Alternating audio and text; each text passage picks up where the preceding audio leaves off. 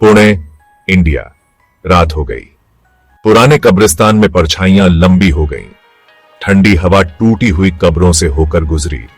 मैं जंग लगे लोहे के दरवाजे पर खड़ा था। हवा भारी लग रही थी, दुख और डर से भरी हुई। हवा में कुछ फुसफुसाया।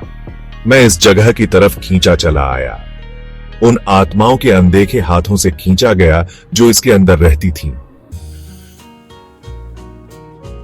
जैसे ही मैंने उन्हें धक्का दिया, कब्रिस्तान के दरवाजे कराह उठे। आवाज सन्नाटे में गूंज उठी। मैं अंदर गया। तापमान गिर गया। सड़ांध और गीली मिट्टी की गंध से हवा भर गई। मुझे एक उपस्थिति का एहसास हुआ। कोई या कुछ मुझे देख रहा था। मैं कब्रिस्तान में और अंदर चला गया। मेरे कदम भारी खामोशी में एकमात्र आवाज थे। चांद बादलों से झांक रहा था। टूटे हुए समाधियों पर एक भयानक चमक डाल रहा था।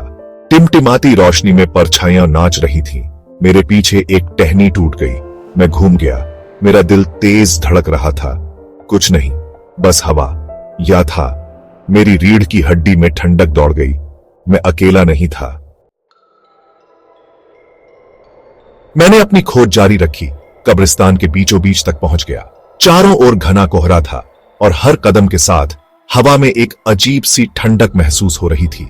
ऐसा लग रहा था जैसे कोई अदृश्य शक्ति मुझे देख रही हो, मेरी हर हरकत पर नजर रख रही हो। देखे जाने का एहसास तेज हो गया। कब्रों के बीच से गुजरते हुए मुझे लगा जैसे कोई परछाई मेरे पीछे पीछे चल रही हो। हर बार जब मैं मुड़कर देखता तो कुछ भी नहीं होता, लेकिन वह एहसास गायब नहीं होता। मेरा ईएमएफ रीडर तेजी से बढ़ा। यह संकेत था कि आसपास कुछ असामान्य ऊर्जा थी। मैंने अपने उपकरण को और ध्यान से देखा और उसकी लाइट्स तेजी से चमकने लगी। विद्युत चुंबकीय ऊर्जा का एक उछाल। यह स्पष्ट था कि कुछ अदृश्य शक्ति मेरे आसपास थी। मैंने अपने कदम धीमे कर दिए और चारों ओर ध्यान से देखने लगा। कोई बात करने की कोशिश कर रहा था। मुझे ऐसा लगा जैसे कोई आत्मा मुझसे संपर्क साधने की कोशिश कर रही हो। हवा में एक अजीब सी फुसफुसाहट सुनाई दे रही थी, जैसे कोई कुछ कहना चाहता हो। मैं एक विशेष रूप से पुरानी कब्र पर रुक गया। यह कब्र बाकी कब्रों से अलग लग रही थी, जैसे इसमें कोई खास रहस्य छुपा हो। कब्र पर काई जमी हुई थी और पत्थर बहुत पुराना और घिसा हुआ था। लेख मिट गया था, लेकिन मैं नाम पढ़ पा रहा था। नाम धुंधला था, लेकिन ध्यान से देखने पर मुझे कुछ अक्षर दिखाई दिए। यह नाम शायद उस आत्मा का था जो मुझसे संपर्क साधने की कोशिश कर रही थी। मेरी रीढ़ की हड्डी में एक कंपकंपी दौड़ गई। यह एहसास बहुत ही डरावना था, जैसे किसी ने मेरी आत्मा को छू लिया हो। मैंने गहरी सांस ली और खुद को शांत करने की कोशिश की। यही वह कब्र थी जिसकी मुझे तलाश थी। यह कब्र किसी महत्वपूर्ण व्यक्ति की थी और शायद यही वह आत्मा थी जो मुझसे संपर्क साधने की कोशिश कर रही थी। मैंने अपने उपकरण को और ध्यान से देखा और उसकी लाइट्स तेजी से चमकने लगी। सेक्शन 5, अनदेखा पहरेदार। मैंने अपना हाथ ठंडे पत्थर पर रखा। उदासी की एक लहर मुझ पर छा गई। यहां उपस्थिति मजबूत थी। मुझे अपनी गर्दन के पीछे ठंडी सांस महसूस हुई। मेरे कान से एक फुसफुसाहट गुजरी। मैं शब्दों को नहीं समझ पाया, लेकिन आवाज निराशा से भरी थी। मैं धीरे से मुड़ा, लेकिन वहां कोई नहीं था। मेरे हाथों के बाल खड़े हो गए। मैं अनदेखे से घिरा हुआ था। सेक्शन 6, डर हावी हो जाता है। मैं इस भूतिया जगह का सच उजागर करने के लिए आगे बढ़ा, लेकिन डर मेरे साहस को कुतर रहा था। हवा तेज हो गई। पेड़ों से बांसी की तरह चीख रही थी। मेरे सामने एक समाधि पलट गई, मानो किसी अनदेखे हाथ ने धक्का दिया हो। मुझे एक आदिम भय ने जकड़ लिया। मैं अपने सर से ऊपर था। यह जगह वाकई भूतिया थी। सेक्शन 7, आमने सामने।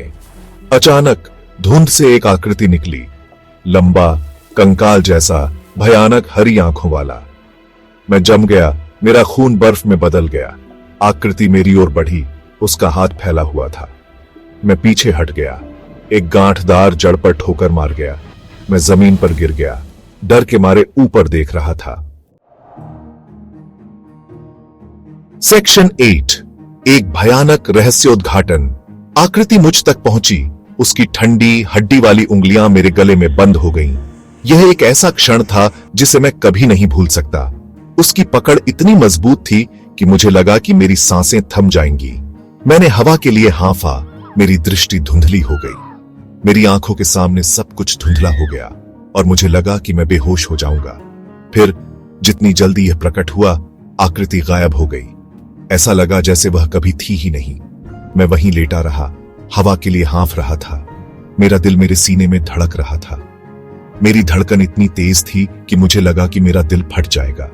मैंने चारों ओर देखा, लेकिन कब्रिस्तान खाली था। हर तरफ सिर्फ सन्नाटा और धुंध थी। क्या मैंने यह सब कल्पना की थी या यह सिर्फ शुरुआत थी? मेरे मन में सवाल उठ रहे थे। क्या यह कोई चेतावनी थी या फिर कोई भूतिया घटना? मैं समझ नहीं पा रहा था कि यह सब क्या था। धीरे धीरे मैं उठने की कोशिश करने लगा। मेरे पैर कांप रहे थे, लेकिन मुझे खड़ा होना था। मुझे यह जानना था कि यह सब क्या था। मैं धीरे धीरे कब्रिस्तान के चारों ओर चलने लगा, हर कदम पर सावधानी बरतते हुए। मुझे हर कोने में कुछ छिपा हुआ महसूस हो रहा था। तभी मेरी नजर एक पुरानी रहस्यमयी किताब पर पड़ी जो एक कब्र के ऊपर रखी थी। मैंने उसे उठाया और उसके पन्ने पलटने लगा। किताब के पन्नों पर अजीबोगरीब निशान और लेखन थे। यह सब बहुत ही रहस्यमय और डरावना था। मैंने चारों ओर देखा, लेकिन कोई नहीं था। मैंने किताब को कसकर पकड़ लिया और सोचा कि अब क्या करना चाहिए। मैं धीरे धीरे कब्रिस्तान से बाहर निकलने लगा, किताब को अपने साथ ले जाते हुए। मुझे नहीं पता था कि आगे क्या होगा, लेकिन मुझे यह महसूस हो रहा था कि यह सिर्फ शुरुआत थी। सेक्शन 9, आतंक में फंसा। मैं अपने पैरों पर चढ़ गया और कब्रिस्तान के दरवाजों की ओर भागा। मेरे दिल की धड़कनें तेज हो गईं, जैसे कि कोई अदृश्य शक्ति मुझे खींच रही हो। हर कदम के साथ मुझे ऐसा महसूस हो रहा था कि मैं किसी भयानक सपने में फंस गया हूं, जहां से निकलना असंभव है। मैं अपनी पीठ पर आंखें महसूस कर सकता था, ठंडी और खतरनाक। ऐसा लग रहा था जैसे कोई अदृश्य शक्ति मुझे देख रही हो, मेरे हर कदम पर नजर रख रही हो। मेरे चारों ओर की हवा भारी और ठंडी हो गई थी, जैसे कि किसी ने मेरे चारों ओर एक अदृश्य जाल बुन दिया हो। मैं फाटकों पर पहुंचा, लेकिन वे बंद थे। मेरे दिल की धड़कनें और तेज हो गईं। मैंने फाटकों को खोलने की कोशिश की, लेकिन वे जाम हो गए थे। ऐसा लग रहा था जैसे कोई अदृश्य शक्ति मुझे अंदर बंद रखना चाहती हो।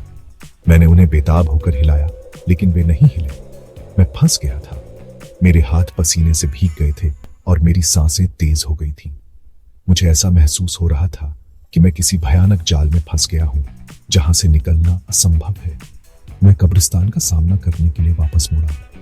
मेरा दिल मेरे सीने में धड़क रहा था। मैं अकेला नहीं था। मेरे चारों ओर की हवा में एक अजीब सी खामोशी थी, जैसे कि कोई अदृश्य शक्ति मेरे हर कदम पर नजर रख रही हो। मुझे ऐसा महसूस हो रहा था कि मैं किसी भयानक सपने में फंस गया हूँ, जहां से निकलना असंभव है। मृतकों की आत्माएं मेरे चारों ओर थीं। उनकी ठंडी मृत आंखें मेरी हरकत को देख रही थीं। उनकी आंखों में एक अजीब सी चमक थी, जैसे कि वे मेरी आत्मा को देख रही हो। मुझे ऐसा महसूस हो रहा था कि मैं किसी भयानक सपने में फंस गया हूँ, जहां से निकलना असंभव है। और भी भयानक पैरानॉर्मल जांच के लिए मेरे YouTube चैनल मर्डरगार को सब्सक्राइब करना ना भूलें। यहाँ आपको और भी डरावनी कहानियाँ और भूतिया जगहों की जांच मिलेंगी। अगर आप भी डरावनी कहानियों के शौकीन हैं, तो हमारे चैनल को जरूर सब्सक्राइब करें और हमारे साथ इस भयानक सफर का हिस्सा बनें।